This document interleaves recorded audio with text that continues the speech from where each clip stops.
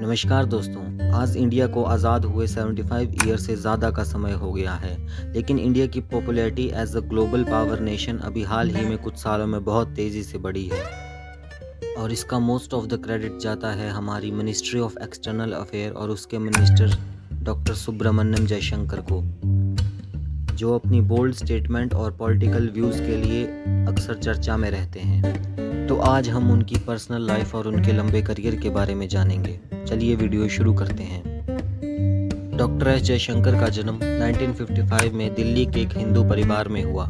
उनके फादर का नाम डॉक्टर कृष्णा स्वामी सुब्रमण्यम, जो कि खुद एक IAS ऑफिसर रह चुके हैं, जिन्होंने इंडियन की नेशनल सिक्योरिटी, कारगिल कमेटी और न्यूक्लियर पॉलिसी मेकिंग में काफ़ी अहम भूमिका निभाई थी। इसी वजह से उन्हें architect of Indian nuclear doctrine की उपाधि भी दी गई है। उनकी माता का नाम सुलोचना जयशंकर है और उनके बड़े भाई का नाम सुब्रमण्यम विजय कुमार, जो कि हिमाचल प्रदेश कैडर से एक IAS रह चुके हैं। साथ ही उनके छोटे भाई का नाम डॉक्टर संजय सुब्रमण्यम है, जो कि एक हिस्टोरियन रह चुके हैं। इसी वजह से हम यह कह सकते हैं कि उनके परिवार में हर कोई किसी न किसी तरह से राष्ट्र सेवा के लिए समर्पित है।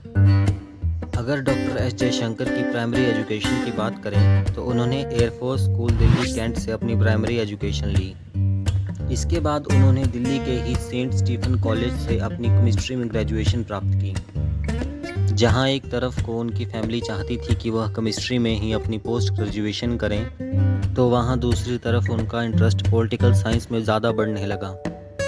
वो कॉलेज टाइम से ही पॉलिटिक्स रिलेटेड आर्टिकल कंज्यूम करने में लगे रहे और फाइनली उन्होंने अपनी मास्टर्स पॉलिटिकल साइंस में ही जवाहरलाल नेहरू यूनिवर्सिटी दिल्ली से की। इसके बाद उन्होंने इंटरनेशनल रिलेशन में अपनी PhD पूरी की और उनके नाम के आगे डॉक्टर जुड़ गया।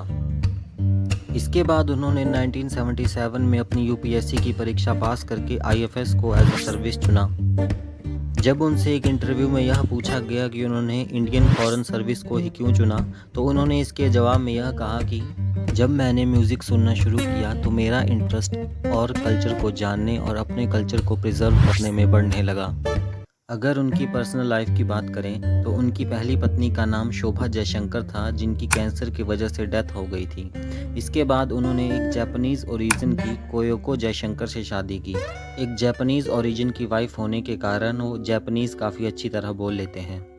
वह इंग्लिश में तो फ्लुएंट हैं ही, इसके साथ ही उन्होंने तमिल और हिंदी भी पढ़ी है।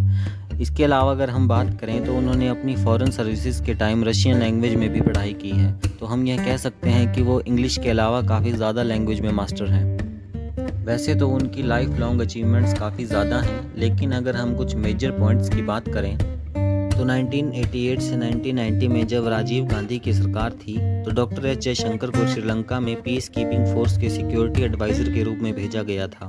वहां पे उन्होंने हार्ड नेगोशिएशन करके अपनी स्मार्टनेस दिखाई थी।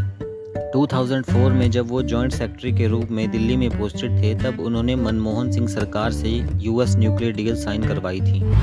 वह 2009 से लेकर 13 तक चाइना में इंडियन एम्बेसी के एम्बेसडर भी रह चुके हैं। उन्होंने काफ़ी ज़्यादा इंडो चाइना इशू सॉल्व करवाने में मदद की थी। यहाँ तक कि जब नरेंद्र मोदी पहली बार प्रधानमंत्री बने तो उस समय डॉक्टर एस जयशंकर USA में इंडिया के एम्बेसडर थे। उन्होंने ही मोदी जी की US विजिट अरेंज करवाई थी। उसी दौरान वह प्रधानमंत्री नरेंद्र मोदी जी की नज़र में आए। जब डॉक्टर जयशंकर की रिटायरमेंट को 2 दिन बचे थे, तब उनको जॉब एक्सटेंशन मिला और वह फॉरेन सेक्रेटरी के रूप में नियुक्त किए गए। 2018 में फाइनली रिटायरमेंट लेने के बाद उन्होंने टाटा ग्रुप में as a global corporate officer के रूप में अपनी सेवाएं दी। उनकी क्वालिटीज़ और एबिलिटीज़ को देखकर बीजेपी गवर्नमेंट ने सोचा कि उन्हें घर बैठाना अच्छा नहीं होगा और उनको 2019 में गुजरात की एक सीट से MP बनाकर एक्सटर्नल अफेयर मिनिस्ट्री की कुर्सी दी गई। वह पद्मश्री अवार्डी भी रह चुके हैं और उन्होंने अपनी एक बुक भी लिखी है, द इंडिया वे, जिसको उन्होंने 2020 में पब्लिश किया था। उनकी बुक के कुछ कोट जैसे कि a nation that does not honour its past has no future और no matter how difficult the consequences are, we should not run away from our responsibilities.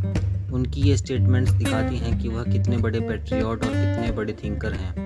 उनकी बायोग्राफी अपने आप में एक मोटिवेशन है जो देश की यूथ को ज़रूर सुननी चाहिए। आज की वीडियो के लिए बस इतना ही। अब मिलते हैं अगली वीडियो में किसी नए टॉपिक के साथ।